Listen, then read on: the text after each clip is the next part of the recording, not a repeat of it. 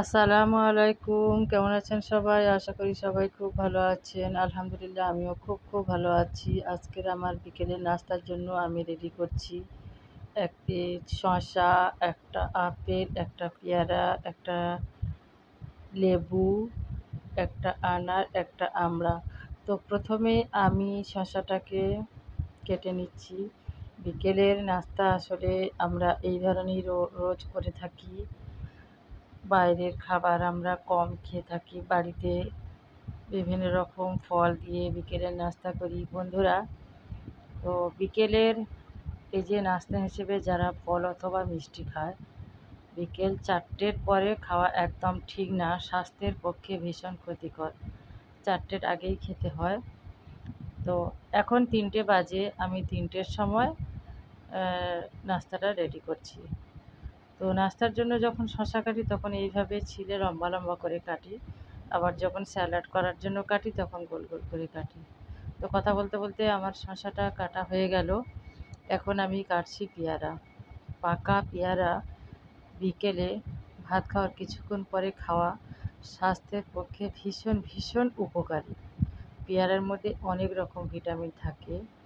৩টে apple যতটা vitamin নিয়ে থাকে, যতটা ভিটামিনের অধিকারী একটা পেয়ারাতে, সেই সমপরিমাণ ভিটামিন থাকে একটা পেয়ারাতে। তো রোজ একটা করে পেয়ারা খাওয়া স্বাস্থ্যের পক্ষে ভীষণ উপকারী। তো সবার তো আর সম্ভব হয় না রোজ একটা করে ওইভাবে ফল খাওয়া।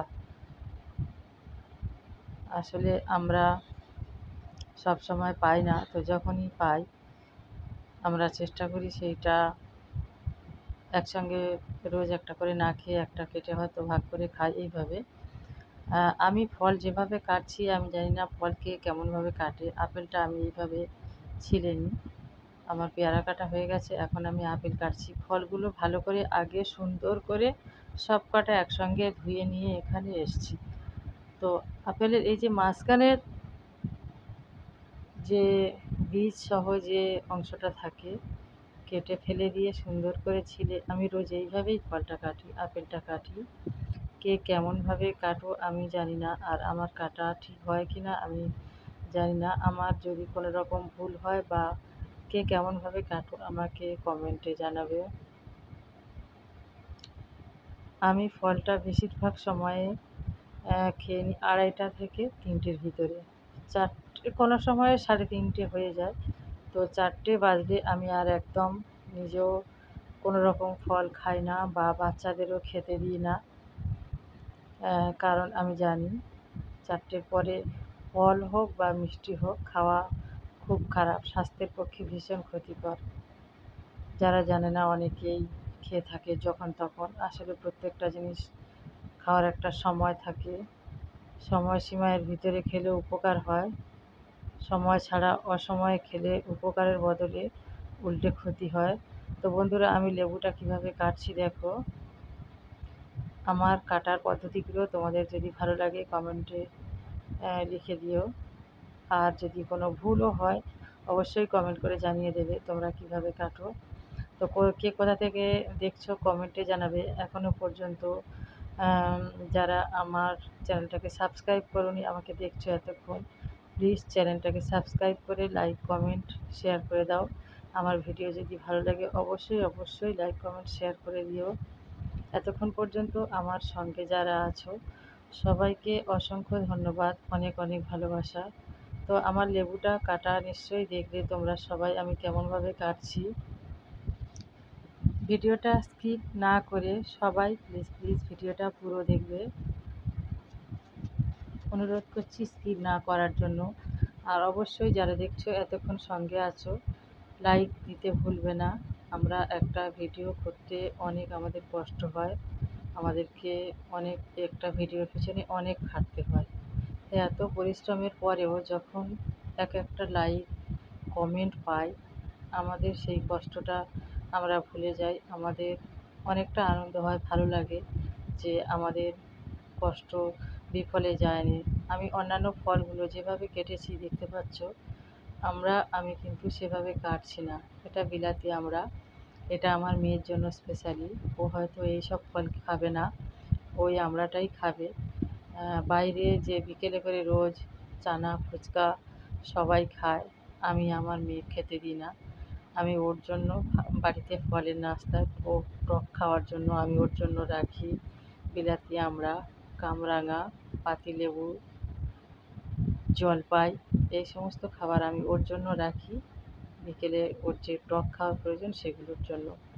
বাইরে থেকে যে ফুচকা চানা ব্যাপারী আসে আমি একদম ওকে খেতে দিই না। যে খাবারটা আমি দেখেছি যত বেশি খেতে সুন্দর, যত বেশি আগ্রহ নিয়ে সবাই খায় সেই খাবারটাতে তত বেশি স্বাস্থ্যের পক্ষে ক্ষতিকর থাকে। তো ওরা বোঝে না, বাচ্চা মেয়ে তো, ওকে আমি যতটুকু পারি সম্ভবত বুঝিয়ে বলার চেষ্টা করি, মা ওগুলো ক্ষতিকর, ওগুলো খেতে নেই।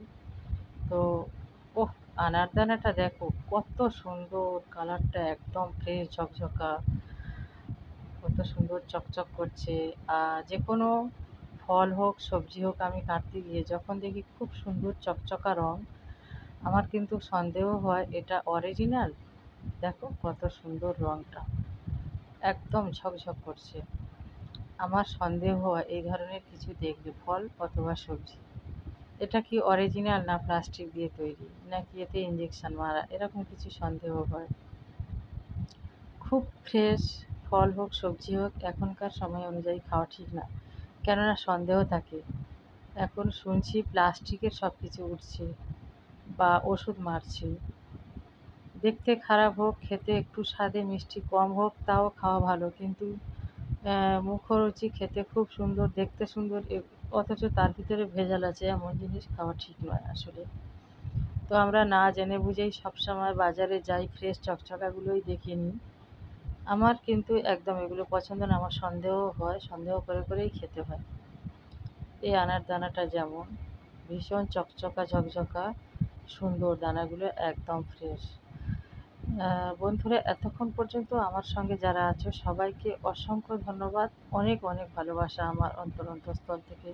আমার ফলগুলো কাটা হয়ে গেছে, এখন আমি নিয়ে যাব পরিবেশনের জন্য। আমরা বাড়িতে 4 জন আছি, আমি, আমার ছেলে মেয়ে আর আমার স্বামী, আমরা 4 জন এই ফলগুলো এক্ষুনি পরিবেশন করব। অবশ্যই আমরা খাওয়া ভিডিওটা দেখাবো না, কেননা আমাদের ফেস ভিডিও করা নিষেধ আছে। এই যে দানাগুলো দেখো কত সুন্দর। তো বন্ধুরা, যে যেখান থেকে এতক্ষণ পর্যন্ত দেখেছো সবাইকে অসংখ্য ধন্যবাদ, অনেক অনেক ভালোবাসা। সবাই খুব সুস্থ থেকো, ভালো থেকো। সবাই অনেক অনেক ভালো থেকো। আজকের মতো এই পর্যন্ত, সবাইকে বিদায় নিচ্ছি বলে আমি। সবাই খুব ভালো থেকো। আল্লাহ হাফেজ বন্ধুরা।